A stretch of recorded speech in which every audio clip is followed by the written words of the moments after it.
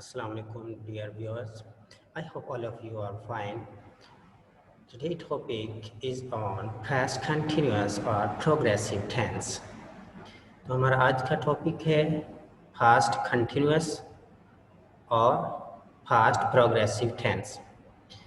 इसको continuous या progressive tense कहते हैं। तो इसमें कुछ बातें ऐसी हैं जो आमतौर पर बुक्स में नहीं लिखी होती, लेकिन नेटिव वो यूज़ करते हैं और जो नेटिव ग्रामेरियन है उनकी बुक्स में ये अवेलेबल होती हैं। तो आइए स्टार्ट करते हैं। तो फास्ट कंटिन्यूस टेंस हम तब भी यूज़ करते हैं जब हम माजी में कोई भी काम मुख्तसर वक्त के लिए, शॉर्ट टाइम के लिए रिपीट कर रहे हों। मतलब कि कोई भी काम पास्ट में टेम्परेरी एक्शन में यूज़ किया जाए और उसकी रिपीटेशन हो। पास्ट में कोई भी ऐसा टेम्परेरी एक्शन जो रिपीट किया जाए तो हम उसको पास्ट कंटिन्यूस में यूज़ करते हैं, चाहे उसकी पहचान पास्ट सिंपल ही की क्यों ना हो। यहाँ पर जैसे एग्जांपल है, I was going to the training centre every day for boxing. तो अगर हम इसको हम उर्दू में ये लें तो मैं रोज़ाना बॉक्सिंग के लिए तरबियतगाह जाता था। मैं रोज़ाना मुक्काबाजी के लिए तरबियतगाह ट्रेनिंग सेंटर जाता था। अब आपको ऐसे लगता है जैसे ये पास्ट सिंपल की पहचान है, पास्ट सिंपल में होना चाहिए, लेकिन याद रखें कि कोई भी शख्स ट्रेनिंग सेंटर शॉर्ट टाइम के लिए जाता है, टेम्परेरी एक्शन उसका होता है, या तो वो तब जाता है जब उसका कंपटीशन करीब हो और यानी परमानेंटली वो एक्शन नहीं होता, इसलिए हम इसको फास्ट कंटिन्यूस में यूज़ करेंगे।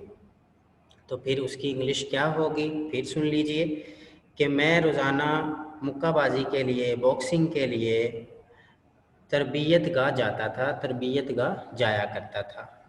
अब आप फास्ट सिंपल को इग्नोर करके फास्ट कंटिन्यूस में लें और इसमें सेंस क्या होगी कि ये पास्ट के अंदर एक टेम्परेरी एक्शन की रिपीटेशन है। तो क्या इंग्लिश है, I was going to the training centre every day for boxing. तो दूसरा ये कब यूज़ होता है, जब हम पास्ट में कोई ऐसा लॉन्ग टाइम का एक्शन डिस्क्राइब करें जो सिर्फ बैकग्राउंड के तौर पर हो, मतलब उस पर हम फोकस ना करें, वो जस्ट फॉर बैकग्राउंड यूज़ किया जा रहा हो।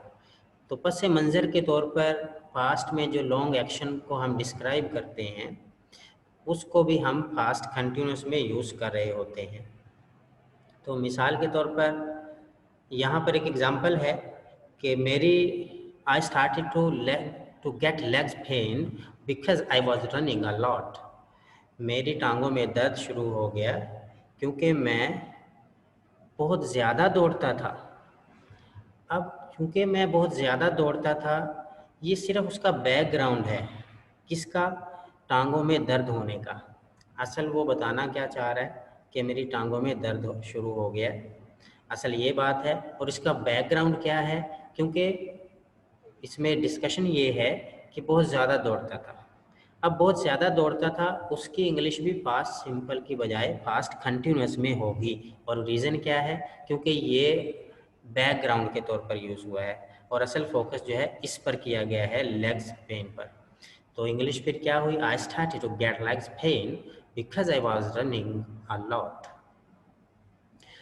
तीसरा जो पॉइंट है इसका, हम ऐसे एडवर्ब जो हैं, एडवर्ब ऑफ टाइम, एडवर्ब के लिहाज से एडवर्बियल के साथ भी इसका यूज़ करते हैं। कब, जब उसमें सेंस ये हो कि इंटेंशन नहीं है, मतलब ये लाशऊरी तौर पर काम हुआ है, हमने जानबूझकर नहीं किया, तो तब हम इनके साथ भी फास्ट कंटिन्यूस का यूज़ करेंगे। जैसे ऑलवेज है, फॉरएवर है, कंटिन्यूअली है, एट्सेट्रा।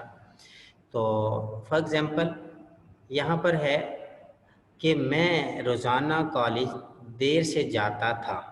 मैं रोज़ाना कॉलेज देर से जाता था या देर से जाया करता था।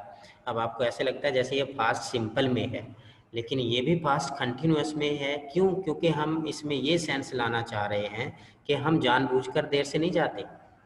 तो मैं रोज़ाना कॉलेज देर से जाता था, तो इसका मतलब ये है I was always going to college late.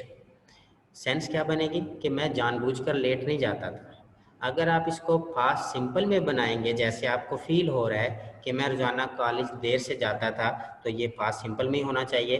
तो उसकी सेंस जो है बिल्कुल अपोजिट हो जाएगी और इसमें पता चलेगा कि बोलने वाला जानबूझकर देर से जाता है। तो जबकि ऐसा नहीं होता, हम जानबूझकर अगर ना जाए तो हमें पास्ट कंटिन्यूअस या पास्ट प्रोग्रेसिव टेंस में बोलना चाहिए। तो इसके रेफरेंस लिस्ट में लीच की ग्रामर है, ग्रीनबॉम की है, माइकल सोन की है, मार्टिन हेविंग्स की है, Eastwood, Phillips, Murphy, Raymond Murphy जो है, इन लोगों ने भी इन चीज़ों को नोट किया है, डिस्क्राइब किया है। आप वहाँ से भी इसको चेक कर सकते हैं। तो उम्मीद है आपको ये पॉइंट्स अच्छे लगे होंगे। अपना ढेर सारा ख्याल रखिएगा और मुझे दुआओं में याद रखिएगा।